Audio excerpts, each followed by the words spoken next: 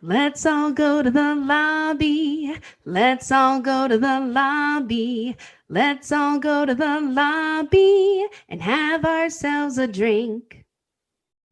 All right, and with that, we are back in the lobby bar for the week of August the 24th, 2026. Brian and Michaela with you. And we are getting a bit of a head start here. Michaela's going to be doing some traveling this week. So we're getting to the lobby bar recording early. So we don't have the full box office numbers, but we're going to be talking about that here in just a second. But Michaela, how's it going? I guess good, good luck on your travels coming up. Any news or notes from this past week of film?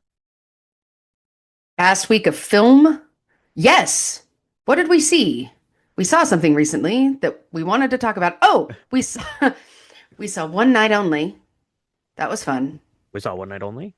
Yep, we saw One Night Only. That was 2 weeks ago. We saw the end of Elm Oh, Street or Oak Street, oh, Elm that's Street. what that Night it was kind of Nightmare like on the end of End of Elm Oak Street. Street. It It's was one of those. Like, yeah, we saw that. We're going to be talking about that over on Patreon. So that'll be good. That'll be absolutely. good. A little conversation about that dinosaur romp. But yeah, so that's good. Do you have are you all caught up on your shows and things? You're going to be doing a lot of No. traveling now. Do you have a travel plan for seeing things as you're on airplanes back and forth? Yeah, I mean, I'm probably going to be doing a lot of work on the plane this time. I'm going to be like an adult and do That sounds that. But boring, boring yeah, and it does. It terrible. does.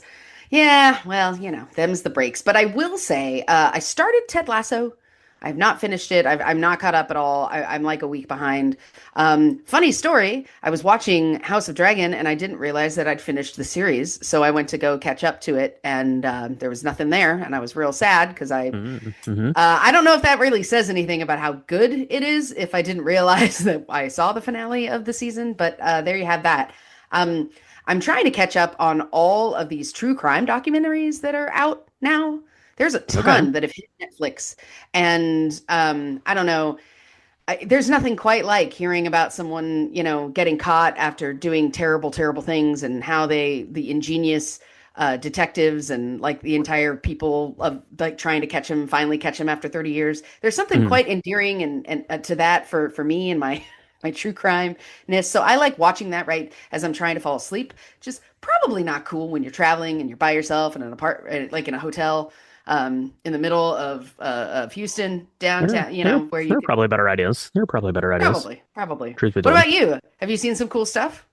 No, I've been to the movie. I'm still way behind on stuff. My wife's been traveling, so I haven't caught up on any of the things. I haven't watched Ted Lasso. I'm not caught up on Silo. I still have a couple of episodes back of House of Dragon. So I'm way behind. I'm way behind on my TV watching. So time to catch up. That'll happen here over the course of this next week, I think. So I will say that I started Silo. Like I started it. I think it's in the middle of season 4 or season 3 right now. Like three, I that's where think. you Yeah. are 3. Hmm. If you have not started it, folks, I think you should because it is real well done. I'm so far very impressed, and I'm only on like episode 3 or 4. I watch it with my kiddo, and he can't do like a full hour. He gets for attention deficit. I think I don't know. He gets really he forgets half of it if we watch too much of it. So we watch it in like 20-minute increments. Just have him watch it Um, on a phone. It'll be there fine. you go. It'll be fine. It'll be just fine. But it's really well done. So if you haven't checked that out, do that. I think it was you, Brian, who even told me about it. And then my kid was like, "I hear this show, and I want to watch it." And it's a little dark for young kids, but he seems to really like it. It's all right. That's all right. Yeah, so we're all caught up on that. Lobby bar. We need a cocktail going in because this is the last time we're going to talk here until you get back from your travels. We got some stuff to see. I don't think there's anything coming out or that came out this week that we're going to be making it out to see. I'd still like to see Tony probably at some time if the time works out for that. We do have a new release coming out this week that we're going to be covering on the podcast, so we're going to have to do that. But before we get into the movies for the week, Michaela, you said that you had a cocktail that you crafted up last night. You say that it's good. I don't know anything about it, so let me know what's up with this thing, and I'll tell you what I think about it. Okay. I guess.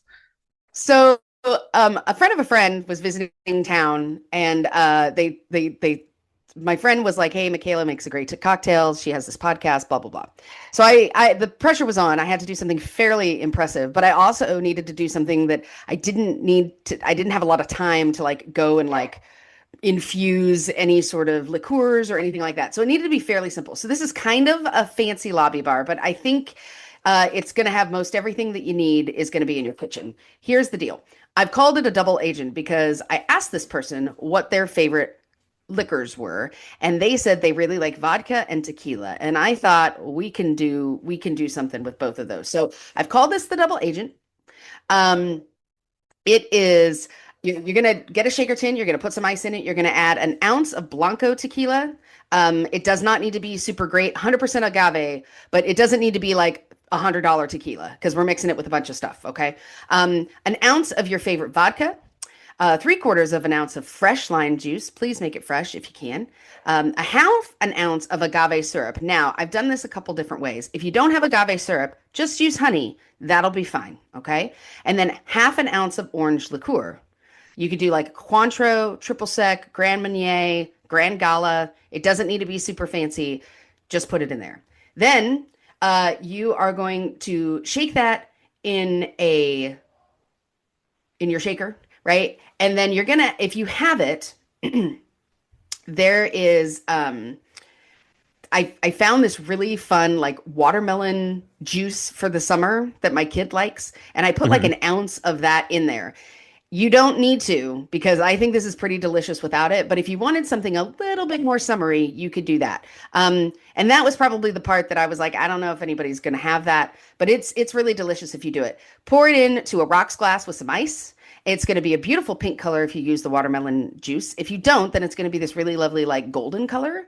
It's called the double agent because it is real potent. So, Hmm. and it's Hmm. got two liquors in it. It's kind of like a martini almost in how much alcohol it has. So, use sparingly. Drink your water when you're drinking it. And then go have a girls' night and do a lot of karaoke because that's what I ended up doing. And everybody that I made this for absolutely loved it. So that's kind of cool. There you go. Splitting the liquors there. That's a fun technique. And a good way to play around with some different flavors. It's kind of a less tequila forward margarita. Is what we got going on Mm. here. It sounds like with the lime juice, the agave, the triple sec, then the tequila and vodka. So certainly you could just use that as a nice base. Margarita recipe if you just wanted to use 2 ounces of tequila instead of splitting them up there. The watermelon is a nice just addition, I think, to the tequila and or the vodka. You could probably go straight up with either of those. Watermelon juice is kind of hard to find. Sometimes I'll find it at like my fancy grocery store sometimes, like where they have like over in the like or where they have like the bag salads that everyone should avoid until further notice. But they have Yeah. like the fresh press like juices over there. Like sometimes they'll have a watermelon one over there. You can certainly get your own watermelon juice, but every time I look up like the best way to do that, it sounds like a freaking nightmare. So I'm like, I'm not going to do that. So, but yeah, if you have some, or if you had some, you could probably get some sort of like juice blend that had some watermelon in it. Would probably be fine. Or you could, play around with that. Of course, you blueberry, acai juice, kind of anything like that would be fun. So, yeah, double agent. Okay, there you go. Tequila and vodka. So, dealer's choice there, or try both. And you can, yeah, you can definitely play around with doing dual spirits. Maybe that's something we'll have to look into a little bit more.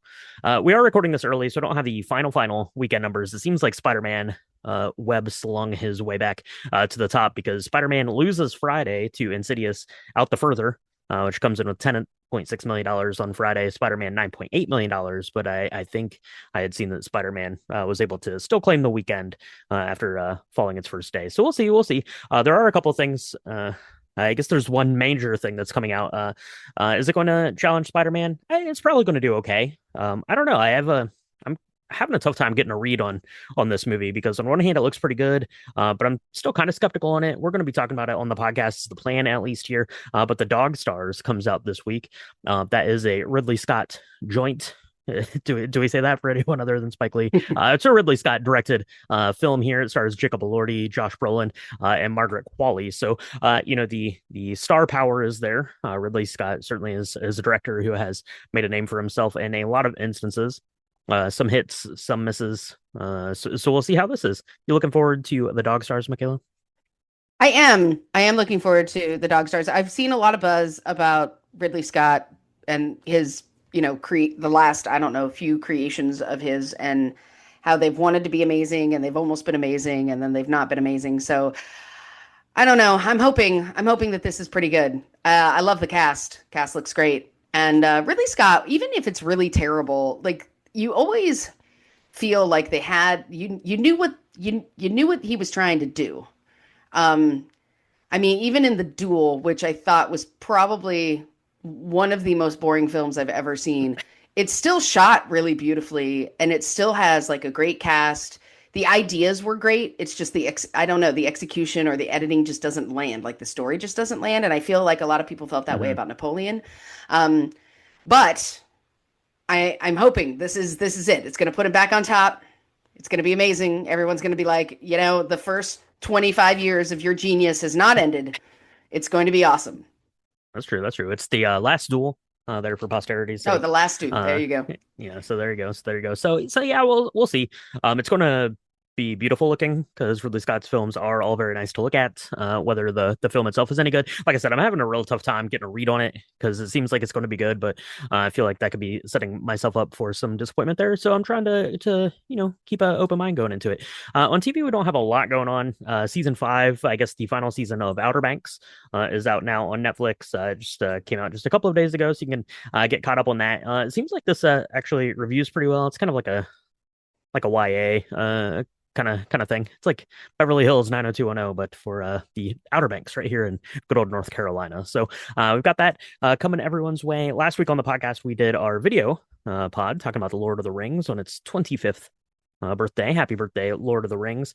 This week we're going to be talking about Time Code, not Time Cop, Time Code. So make sure you watch that. I guess it's $4. You can rent it if you want. So we're going to be talking about it anyways. So Time Code this week. Let's check that out. House at the End of Oak Street. We're going to be or the End of Oak Street. We're going to be talking about that on Patreon. It's patreon.com/drink the movies. So you can go there. We have our bonus episode for Moana still hanging out right there, and we'll be doing our hangout here probably in about a week or so. So we'll have to get that scheduled here coming up because that hangout is a ton of fun. Again, that's patreon.com/drink the movies. All right, Michaela, I got a dual vodka tequila drink to check out here. You got some packing to do, and we'll talk to everyone next weekend. Blah, blah, blah.